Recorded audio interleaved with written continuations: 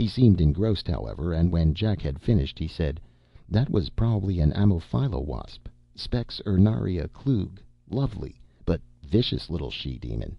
Injects the poison from her sting into the caterpillar's central nerve cord. That not only paralyzes, but preserves it. The victim is always stowed away with another one in an underground burrow.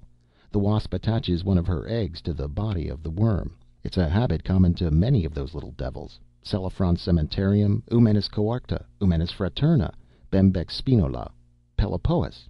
Jack's interest wandered. His informant was evidently one of those transies who spent long hours in the libraries. They were ready at the slightest chance to offer their encyclopedic but often useless knowledge. Jack himself had abandoned his childhood bookwormishness.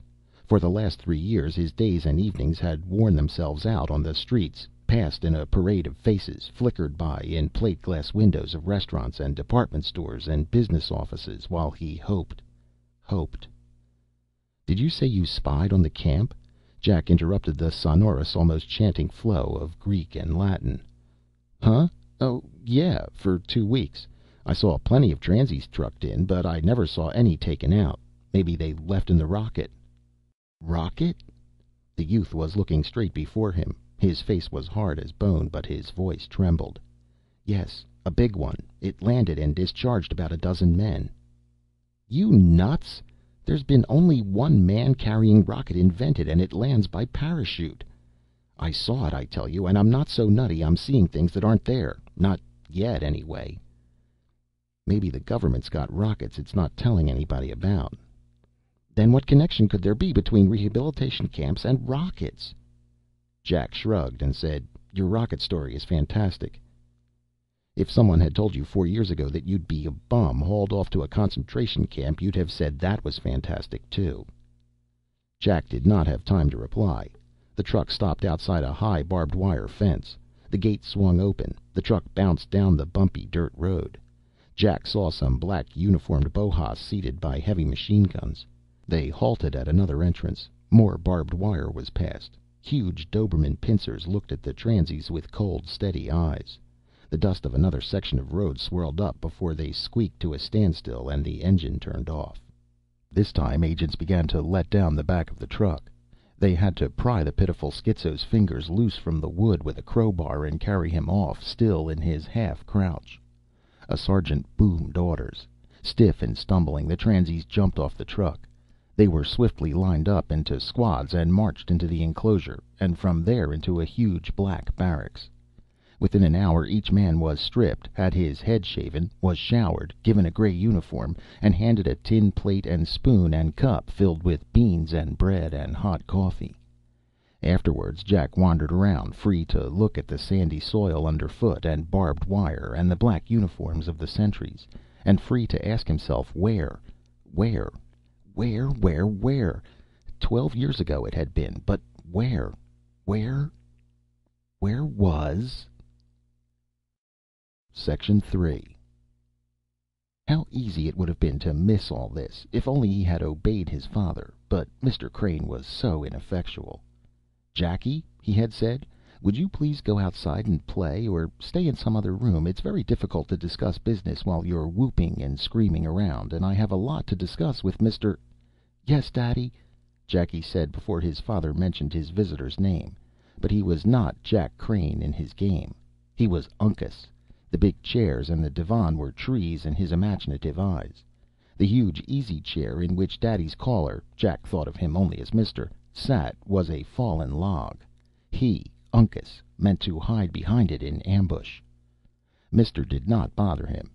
He had smiled and said in a shrill voice that he thought Jack was a very nice boy.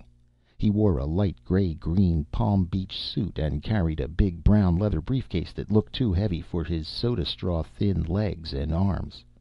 He was queer-looking because his waist was so narrow and his back so humped, and when he took off his tan Panama hat a white fuzz exploded from his scalp. His face was pale as the moon in daylight. His broad smile showed teeth that Jack knew were false. But the queerest thing about him was his thick spectacles, so heavily tinted with rose that Jack could not see the eyes behind them. The afternoon light seemed to bounce off the lenses in such a manner that no matter what angle you looked at them you could not pierce them. and they curved to the side to hide his eyes completely. Mister had explained that he was an albino, and he needed the glasses to dim the glare of his eyes. Jack stopped being Uncas for a minute to listen. He had never seen an albino before, and indeed he did not know what one was. "I don't mind the youngster," said Mister. "Let him play here if he wants to. He's developing his imagination, and he may be finding more stimuli in this front room than he could in all of outdoors. We should never cripple the fine gift of imagination in the young. Imagination, fancy, fantasy, or whatever you call it, is the essence and mainspring of those scientists, musicians, painters, and poets who amount to something in later life. They are adults who have remained youths." Mister addressed Jack. "You're the last of the Mohicans, and you're about to sneak up on the French captain and tommyhawk him, aren't you?" Jack blinked. He nodded his head. The opaque rose lenses set in Mister's face seemed to open a door into his naked gray skull. The man said, "I want you to listen to me, Jack.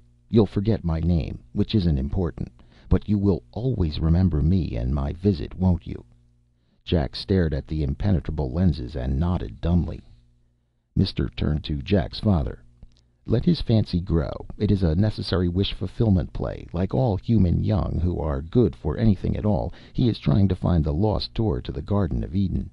The history of the great poets and men of action is the history of the attempt to return to the realm that Adam lost, the forgotten Hesperides of the mind, the Avalon buried in our soul."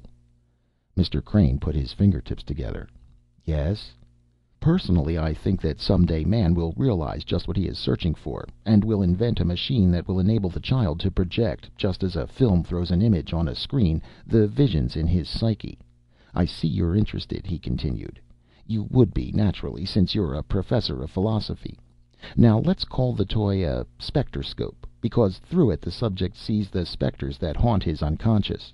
Ha ha! But how does it work? If you'll keep it to yourself, Mr. Crane, I'll tell you something.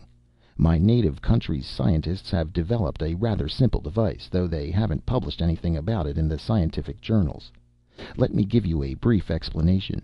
Light strikes the retina of the eye. The rods and cones pass on impulses to the bipolar cells, which send them on to the optic nerve, which goes to the brain." "Elementary and full of gaps," said Jack's father. "Pardon me," said Mister. "A bare outline should be enough. You'll be able to fill in the details. Very well. The specterscope breaks up the light going into the eye in such a manner that the rods and cones receive only a certain wavelength.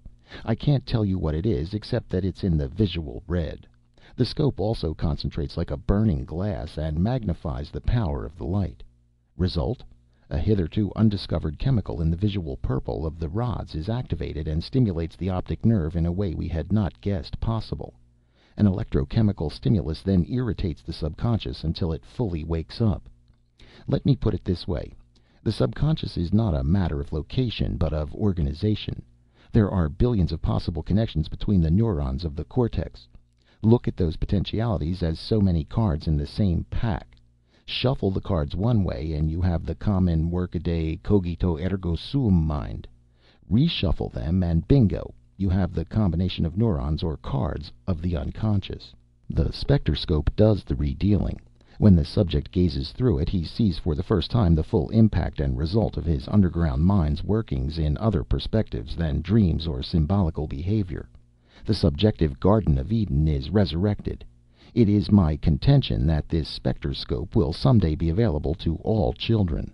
When that happens, Mr. Crane, you will understand that the world will profit from man's secret wishes. Earth will be a far better place. Paradise, sunken deep in every man, can be dredged out and set up again." "I don't know," said Jack's father, stroking his chin thoughtfully with a finger. "Children like my son are too introverted as it is. Give them this psychological toy you suggest, and you would watch them grow, not into the outside world, but into themselves. They would fester. Man has been expelled from the garden. His history is a long, painful climb toward something different. It is something that is probably better than the soft and flabby golden age. If man were to return, he would regress, become worse than static, become infantile or even embryonic. He would be smothered in the folds of his own dreams."